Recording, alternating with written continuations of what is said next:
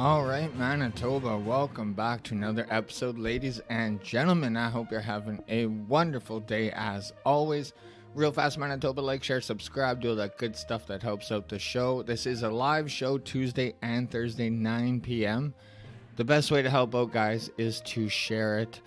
And honestly, Manitoba, the big ask would be go on to Rumble and follow me there because, again, I'm fighting the inevitable canceling of Facebook, especially after what happened today. Everyone woke up to Facebook being not being able to log into Facebook. I didn't even know that. I only realized that once reading everyone's posts about not being able to log in.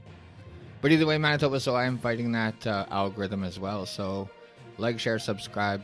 Please, Manitoba, that helps out the best.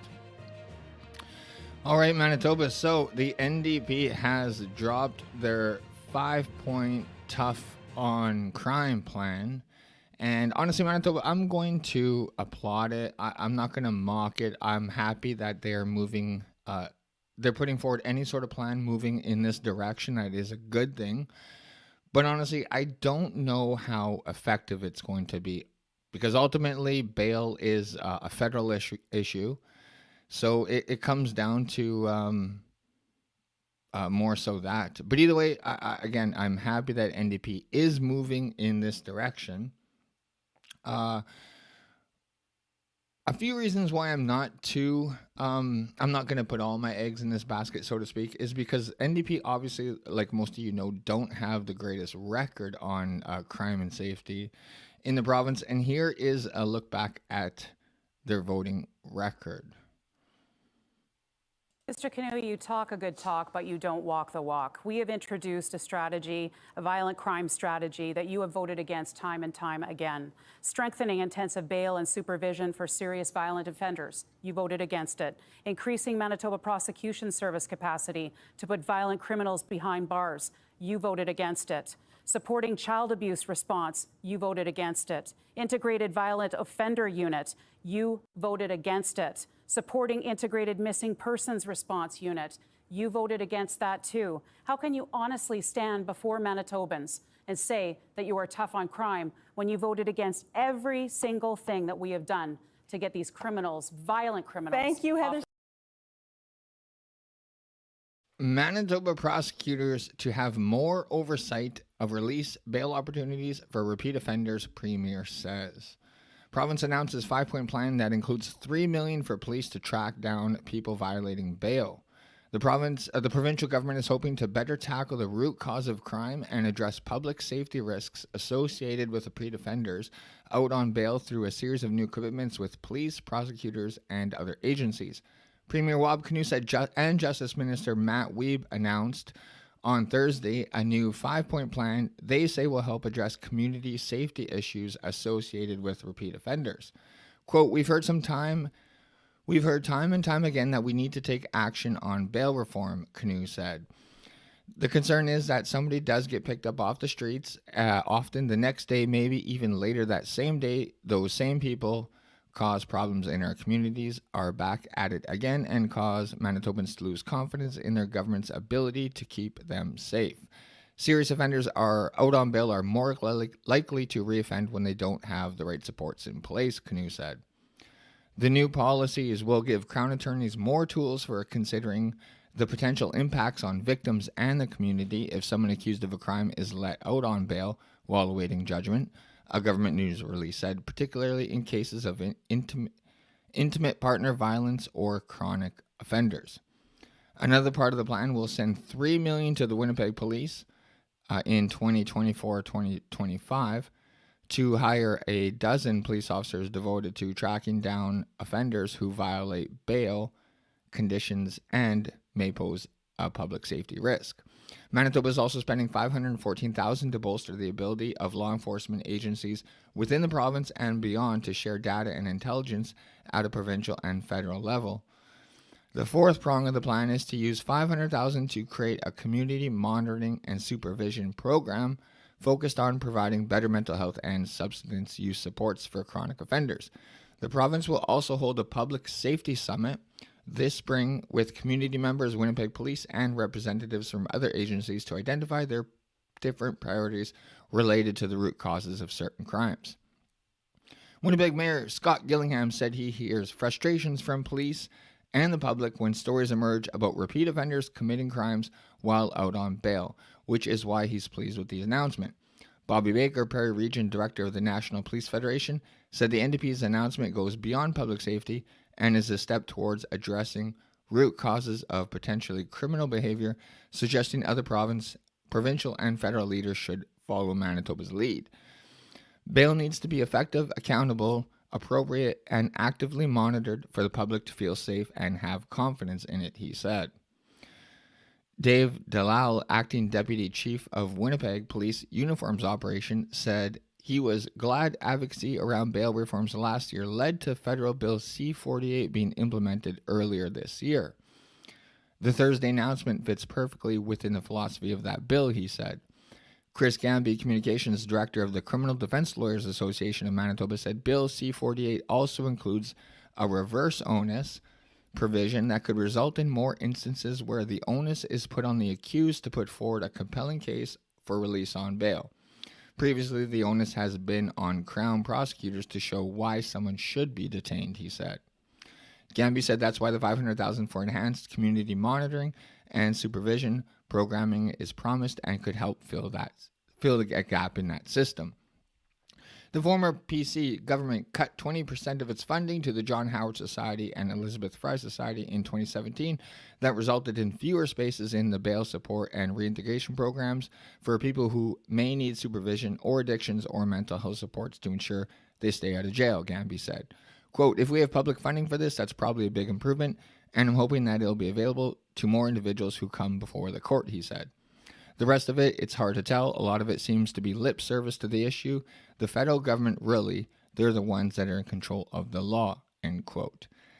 And that is a really important point, Manitoba. Like I said earlier at the beginning of the show, ultimately, it comes down to the federal government. But again, we're going to applaud the NDP when they do at least do their part on the provincial level.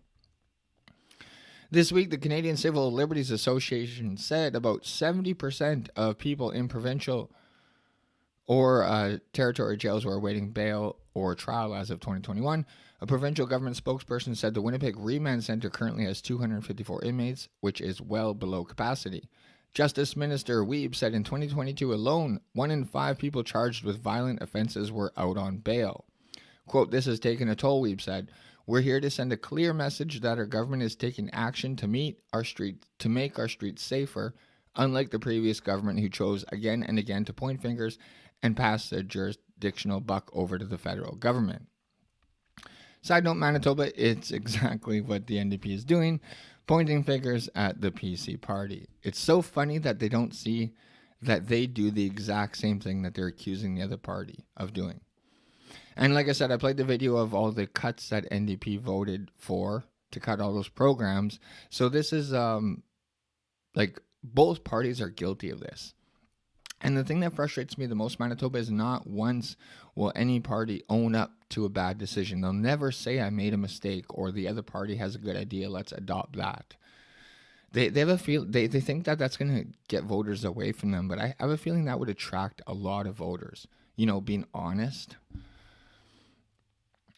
Progressive Conservative MLA Wayne Balkian from Brandon West, a former police chief in Brandon, suggested that the pledge was erroneous at the time and still is because bail reform is ultimately a federal issue. This is not bail reform, this is bail monitoring, he told reporters. Quote, the only bail reform that could happen is at the federal level, making sure that laws are in place that prolific offenders, repeat offenders, violent offenders are kept in jail and not given bail. Again, true, but like I said, at least they're going in the right direction. So, NDP released a 5-point plan for them. On top of that, Manitoba,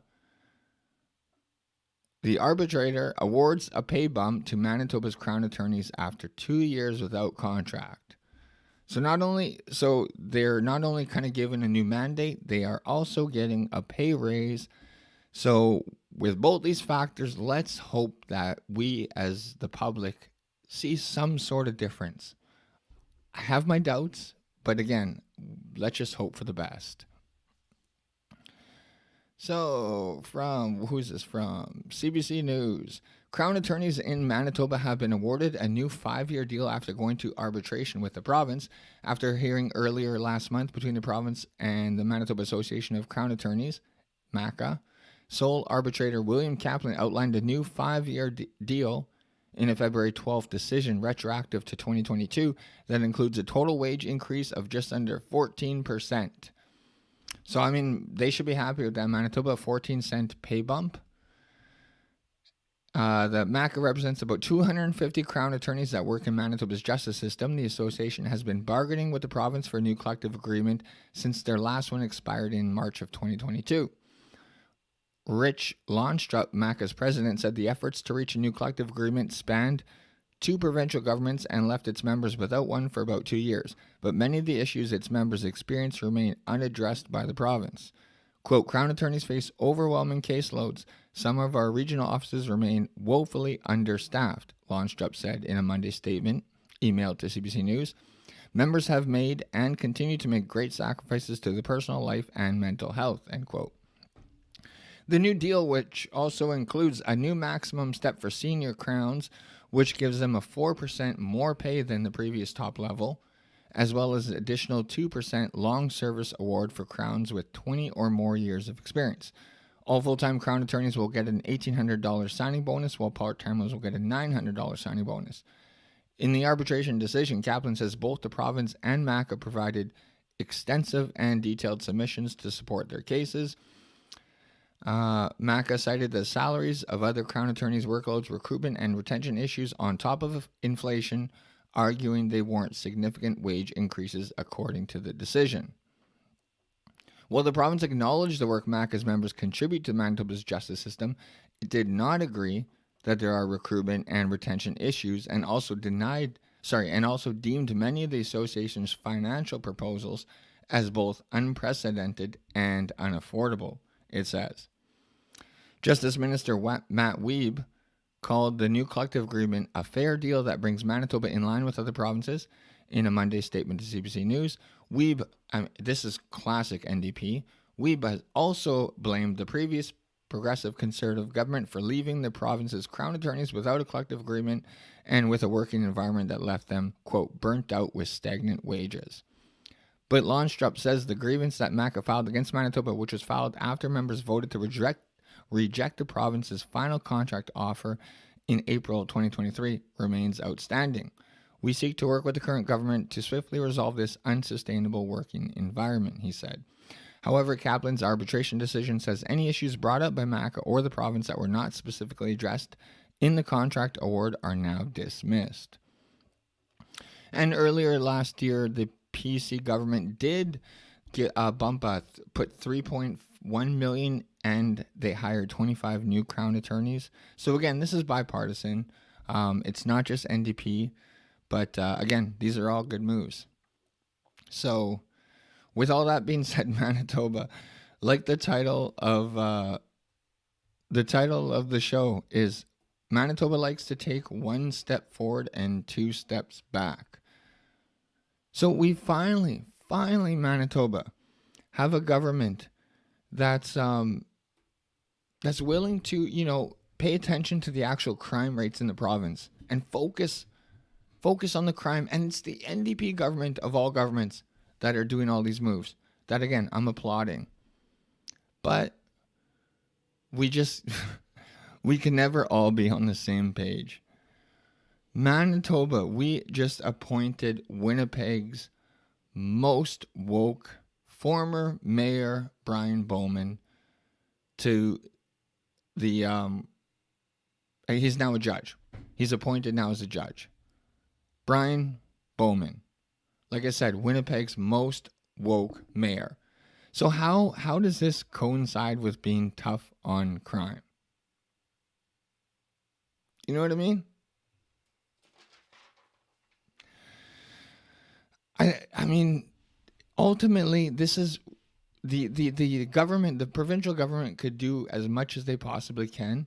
But like I've said, and all the people in the article say, it's ultimately up to the federal government. But even so, it's ultimately up to the judges and the prosecutors and the kind of sentences that they seek.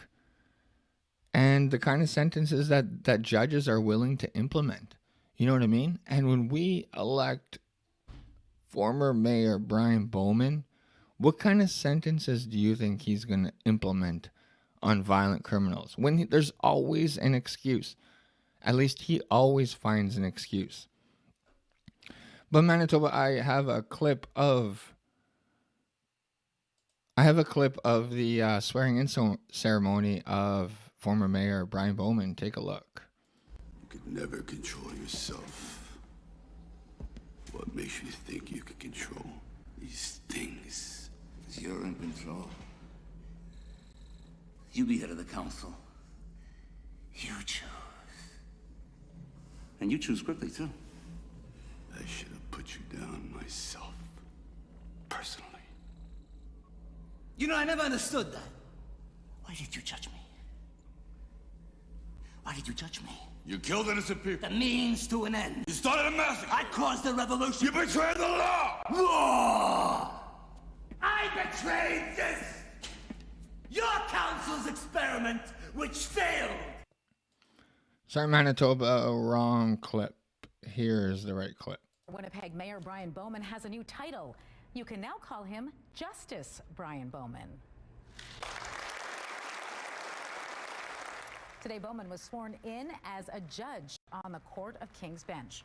Ottawa announced in December former Mayor Brian Bowman had been appointed a justice of that court, which is our province's highest trial court. Bowman is a member of the Manitoba Métis Federation and served 2 terms as Winnipeg's mayor. Before his time leading city council, Bowman worked as a lawyer for more than a decade. He specialized in privacy, access to information, and social media law. We've described for you a mountain, we've shown you the path to the top, and we call upon you to do the climbing. So with these powerful words from a former member of the Court of King's Bench, Marie Sinclair, I'll keep climbing, I'll keep doing my best to take care of people, I'll work to appropriately advance reconciliation and human rights in this new role. Bowman also vowed to devote himself to the advancement of the law and to serving the community in his new role. All right. Too bad it wasn't the first video. But either way, I never felt more grateful. Former Winnipeg Mayor Brian Bowman says after swearing in as judge. Winnipeg's former mayor has officially taken a seat as judge of the Queen's Court of King's Bench in Manitoba. Justice Brian Bowman has already taken his oath of office and allegiance prior to Friday's swearing-in ceremony, but took them again for a packed Winnipeg courtroom. Quote, what an event. It's kind of like this is your moment. This is your life moment. You know, being able to look out and see so many friends from so many facets of my life, he said at the ceremony. Bowman said the period since December when he was appointed to the bench has been a time of reflection of his life. Quote, what I could say is I've never felt more grateful than I do today. Bowman, who has 2 sons with his wife Tracy, also acknowledged her support. I wouldn't have gotten into law school, let alone become mayor and now a judge without Tracy's love and support, he said. Bowman was called to the Manitoba Bar in 2000 and worked in private practice, specializing in the areas of privacy, access to information, and social media law. He set that career aside when he was elected mayor of Winnipeg in 2014. A Métis man, he was the first Indigenous mayor in the city's history. He was re-elected in 2018 but opted against running for a 3rd mandate. Quote, I was proud to break ground at City Hall being the first Indigenous mayor, but here at the courts, I'm not the first Indigenous judge. I'm not even the first Métis judge, and I think that's awesome, he said. Manitoba Premier Wab Kinew, who attended the ceremony, said he's known Bowman since before either of them stepped into politics. Quote, the person I've gotten to know is a tremendous asset to our community and to our society, Kinew said. Nowhere did I see that more clearly on the day around a decade ago when Maclean's magazine put out a cover calling our city the most racist city in Canada.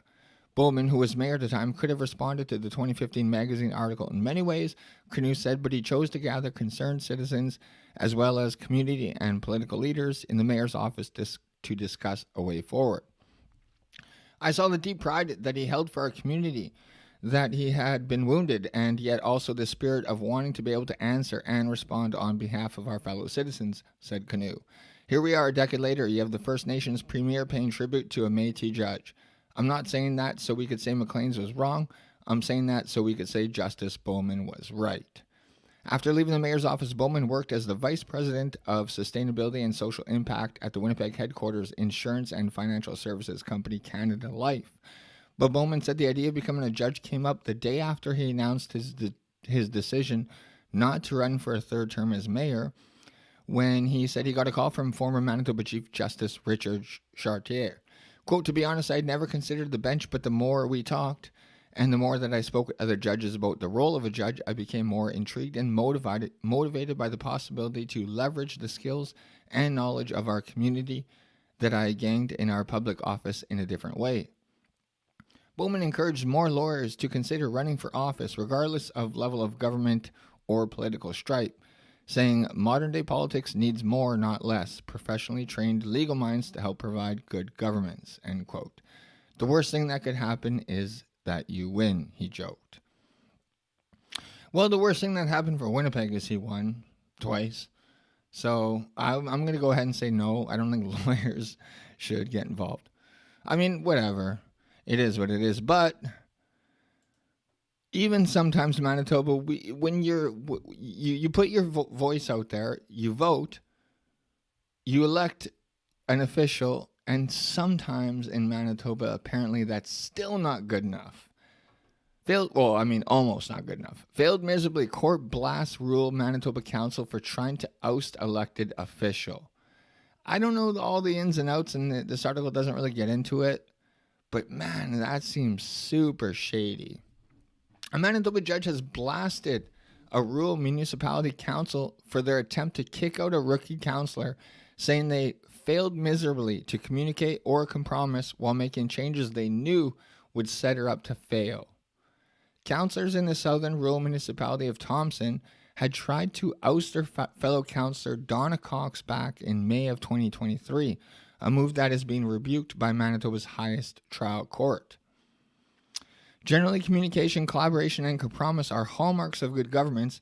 Here, the municipality failed miserably, Manitoba Court of King's Bench Justice Chris Martin wrote in the decision released earlier in February.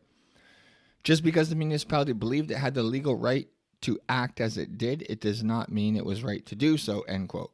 Martin said Cox remains as an elected councillor in the arm of Thompson. This all started when Thompson councillors had Cox escorted out of the council chambers last spring, saying she was being disqualified, something the province said only the court has the power to do. The arm has been relying on a section of Manitoba's Municipal Act, which says a councillor is disqualified if they miss 3 consecutive councillor meetings or local urban district community meetings without leave.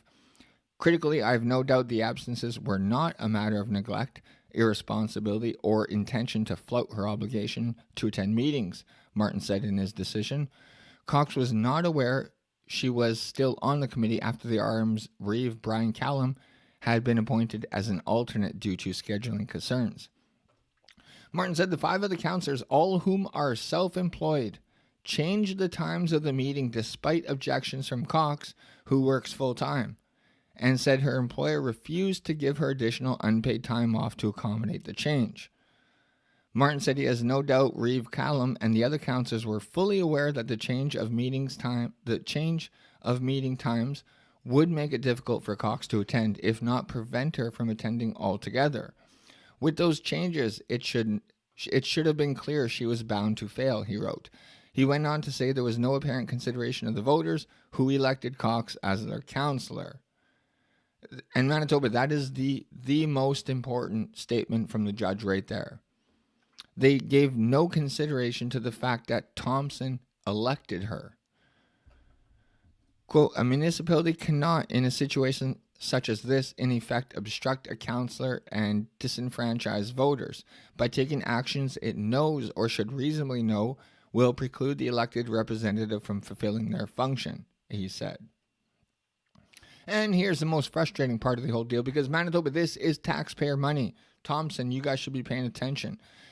In a statement to CTV News, the RM said it's considering appeal options.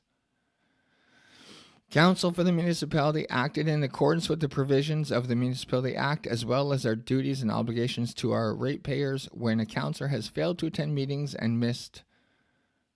Where the fuck did I go? and missed 3 consecutive meetings, the statement reads. Joe Aiello, a lawyer representing Cox in the case, said his client is relieved with the decision and is hopeful she will be able to return to her post. He said this decision sends a message to voters in the municipality. To see a new councillor removed, contrary to what is now the law, I think would have been very disconcerting for the ratepayer. But now I suppose they have some confidence back in their vote, and their vote means something, he told CTV News. The decision is welcome news to RM of St. Andrews Mayor Joy Sull, who went through similar court case after her council attempted to strip her of her duties as mayor. Sull won her case in an appeal. It's a democracy issue. You're voted in by the residents, she told CTV News. She believes Manitoba's Municipal Act needs to be updated so this sort of thing doesn't happen in other rural municipalities. Quote, it's so outdated there's been no clarification. There is a lot of conflicting sections of the Act. It's up to interpretation, and sadly for myself and Donna, that's all personal expense we have to go to.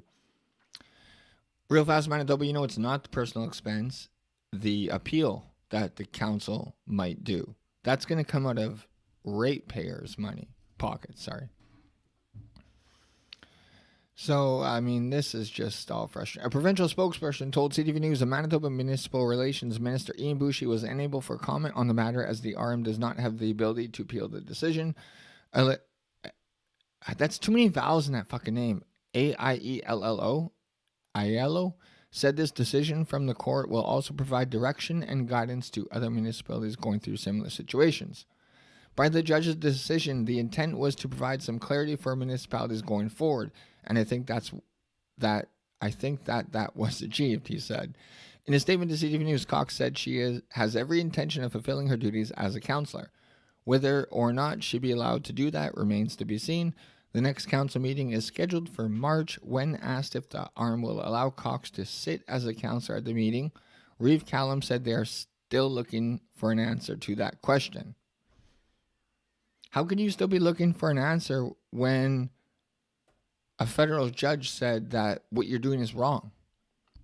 But either way, again, Manitoba, politicians have zero problem spending your money. That's obvious. They just do not care at all. How long has it been? But Manitoba, all right, 29 minutes. I nailed the half-hour mark. I want to thank you guys for tuning in to another episode. Like I said, Manitoba, like, share, subscribe, do all that good stuff. Follow me on Rumble. That's the best way to help out the show. And I will be back Thursday with a new show. And hopefully this trend continues, Manitoba. Like I said, I'm not going to put all my eggs in this basket with the NDP being tough on crime because they have a bad track record. But every time they do something in that direction, I will applaud them for that. But either way, Manitoba, I love you guys so much. And I hopefully will see you guys Thursday.